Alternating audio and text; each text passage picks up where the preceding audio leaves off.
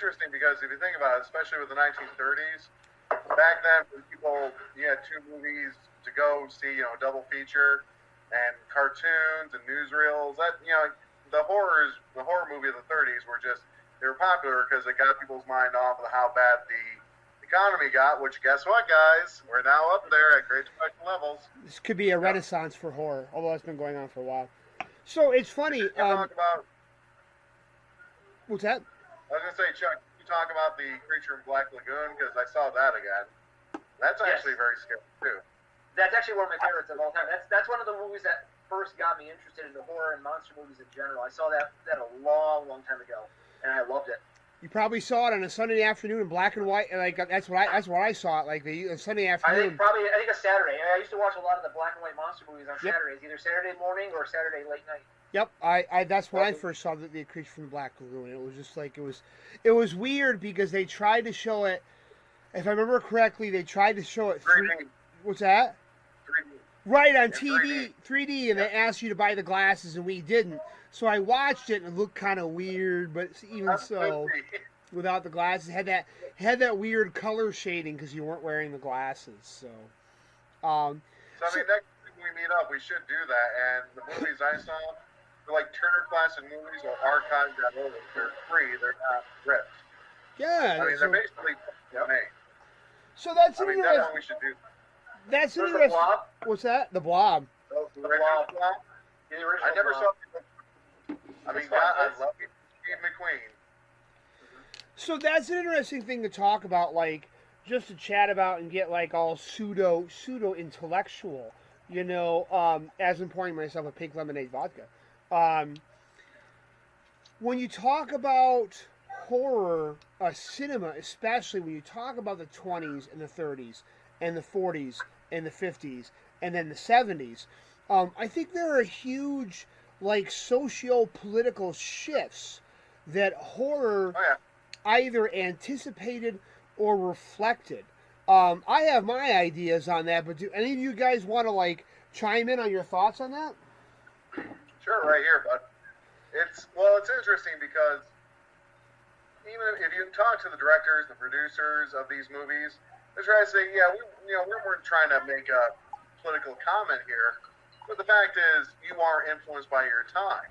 Like in the original Invasion of the Body Snatchers, a lot of people saw it as an anti-communist movie, being replaced by these robotic plants that act like commies.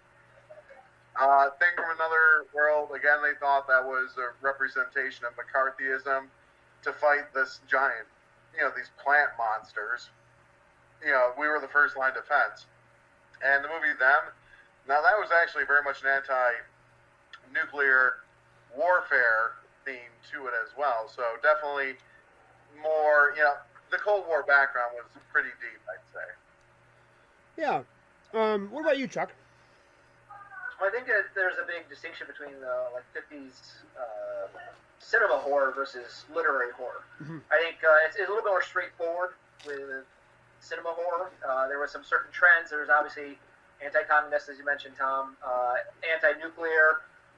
Monsters or stories were taking off. Some of them were more anti-nuclear, like Godzilla. Other ones, like The Creature of the Black Lagoon, which is around that era, was taking off as just this new dynamic. I think the progress of cinema and cinematography had allowed them to start making these monster movies. And then there was a budget for it. I mean, they sold tickets. The movies did pretty well, and so there were a lot of copycats. So there was trends in there that are pretty simple to follow.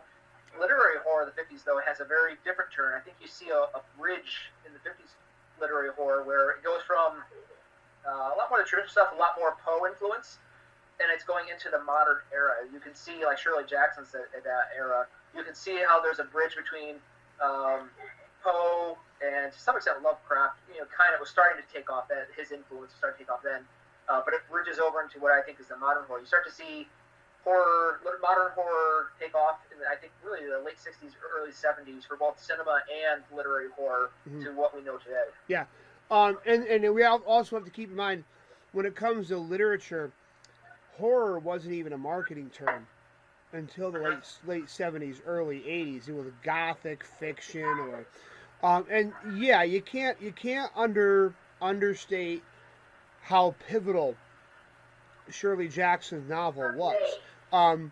Because really, I don't know if a lot of people know this, the whole trope of a psychologist who wants to go ghost hunting is not a new story. It goes all the way back. You guys know, I'm going to totally mangle his name. Edward Bullier Lytton, I think his name is. You know how Snoopy was always writing, did I mangle it? Or are you not familiar with it? I don't know. You don't know Okay. the name. Okay. You know how Snoopy was always writing, "It was a dark and stormy night"? Yes. That's actually the first line of one of Edward Bullier Lytton's novels. "It was a dark and stormy night," and he wrote a novel called "The Ghost in the Brain," which was basically about this house that everyone thought was haunted. So this paranormal researcher was like, "Well, I'm going to go find out what's really going on." So that trope is really pretty old, but Shirley Jackson very much reinvented it because at the end of that novel, you're never sure. Is Hill House haunted by a ghost? Is it Eleanor, who it's been hinted that she has latent psychic abilities? Is it her that's haunting the house? We're never really given a clear answer on that. Now, what you're talking about, Chuck, with the 70s, the 60s, and the 70s, I can't remember the publication date, but the next logical step of The Haunting of Hill House is Richard Matheson's Hell House. I don't know if you've ever read that.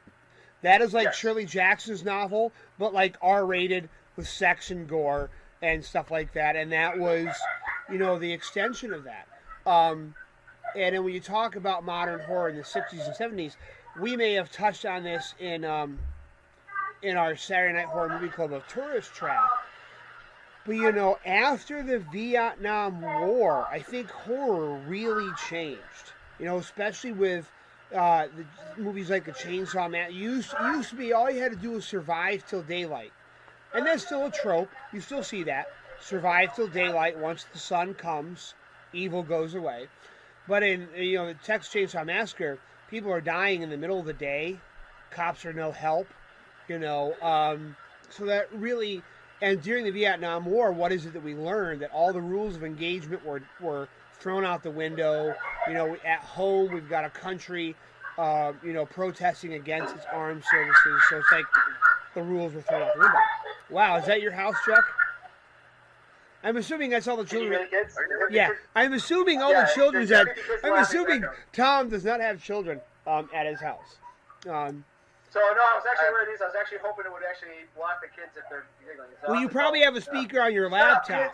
Shut up, Yeah, you probably have a speaker on your laptop, so while they can't hear what we're saying, your laptop's... But that's fine. There's a Bluetooth, and this must be picking them up. I can slightly hear them. But, so I'll just have to tell them, shut up! So,